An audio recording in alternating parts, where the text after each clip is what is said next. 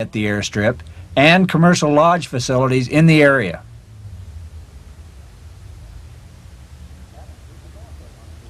Cabin Creek is also on the Big Creek drainage and is a good example of an airstrip that does not offer a go-around. Make sure your mountain flying instructor gives you a thorough checkout at Cabin Creek before you try it on your own. On further down the Big Creek drainage, just before you reach the middle fork of the Salmon, you'll find Soldier Bar tucked up on a hillside south of Big Creek. Even the professionals get a checkout before going into this airstrip.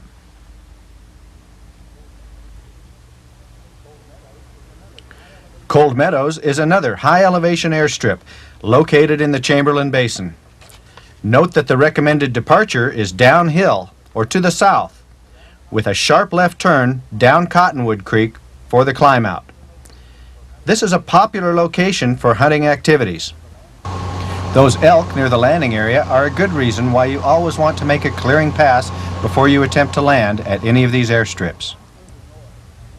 On further north and into the Selway drainage, Shearer Airstrip offers the qualified pilot access to some of the best fishing in the state. It is a one-way airstrip that demands your full attention. We recommend you fly with an instructor the first time in. Moose Creek is another Forest Service airstrip also on the Selway.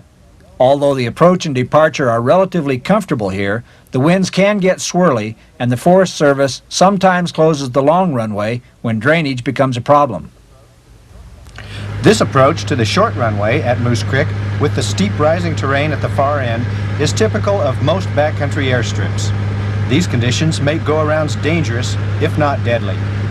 If you find yourself faced with the choice between attempting a go-around or overrunning the runway, the overrun is almost always the safest choice.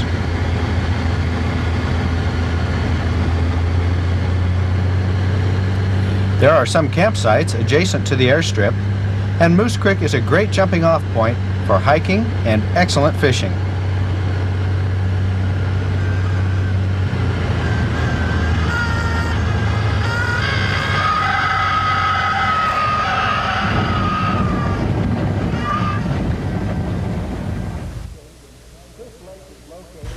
Fish Lake is located in the Selway Crags, one of the most ruggedly scenic parts of Idaho. High-rising terrain to the west makes it a one-way strip. Be aware of high-density altitudes and downdrafts over the lake. The landing surface is rough, so be sure to check 121.5 for your ELT signals after you land. This is a good habit to have after every flight you make.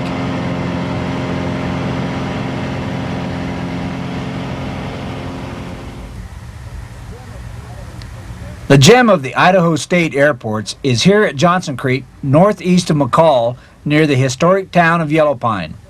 The airstrip is very accessible to general aviation pilots and provides access to good fishing, hiking, and sightseeing.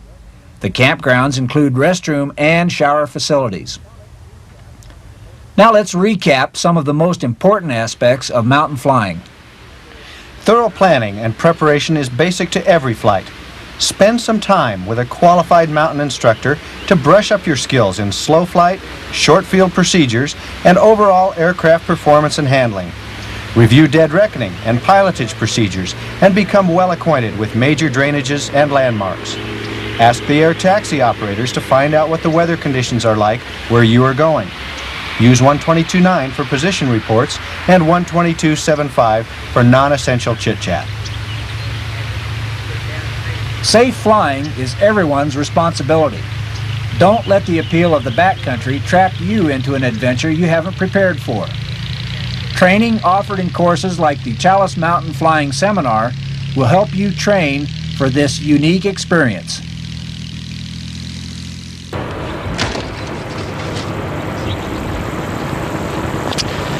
You've seen some beautiful parts of the state in this short trip through the Idaho backcountry. I hope the message that you can fly safely in and out of these areas has been clear. Flying Idaho should be one of the most memorable experiences of your life, and you are the only one that can make it happen.